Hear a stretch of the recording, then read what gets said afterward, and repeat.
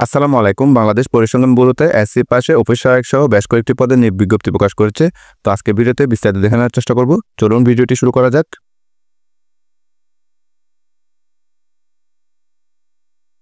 দেখতে পাচ্ছেন বাংলাদেশ পরিসংখ্যান ব্যুরো নিয়োগ বিজ্ঞপ্তি। 1 নম্বর পদের নাম হচ্ছে সহকারী স্টোর কিপার। পদের সংখ্যা হচ্ছে 2টি। বেতন দেওয়া হবে 17তম গ্রেডে অর্থাৎ 9,000 থেকে 21,800 টাকা। শিক্ষাগত যোগ্যতা লাগবে এসএসসি পাস বা সমান পরীক্ষায় উত্তীর্ণ। 2 নম্বর পদের নাম হচ্ছে মেশিনম্যান। পদের সংখ্যা হচ্ছে 3টি। বেতন দেওয়া হবে 17তম গ্রেডে অর্থাৎ 9,000 থেকে 21,800 টাকা। তো শিক্ষাগত যোগ্যতা লাগবে এসএসসি বা সমান পরীক্ষা পাস, পাশাপাশি স্বীকৃত প্রিন্টিং প্রেসে মেশিনম্যান সহকারী হিসেবে ন্যূনতম 2 বছরের বাস্তব অভিজ্ঞতা। 3 নম্বর পদের নাম হচ্ছে মেশিনম্যান কাম ক্লিনার। পদের সংখ্যা হচ্ছে 2টি। বেতন দেওয়া হবে 17তম গ্রেডে অর্থাৎ 9,000 থেকে 21,800 টাকা।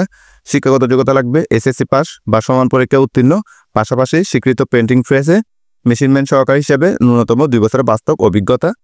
4 নম্বর পদের নাম হচ্ছে পেকার। পদের সংখ্যা হচ্ছে 3টি। বেতন দেওয়া হবে 17তম গ্রেডে অর্থাৎ 9,000 থেকে 21,800 টাকা। শিক্ষাগত যোগ্যতা লাগবে এসএসসি বা সমান পরীক্ষা উত্তীর্ণ, পাশাপাশি প্যাকিং কাজে অনন্য 2 বছরের বাস্তব অভিজ্ঞতা। 5 নম্বর পদের নাম হচ্ছে চেইনম্যান। পদের সংখ্যা হচ্ছে 179টি।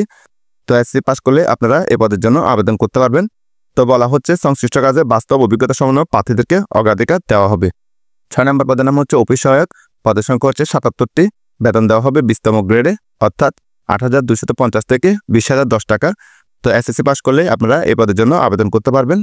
বলা হচ্ছে 1 মার্চ 2025 তারিখে সকল পদে প্রার্থীর বয়স থাকতে হবে 18 হতে 32 বছরের মধ্যে।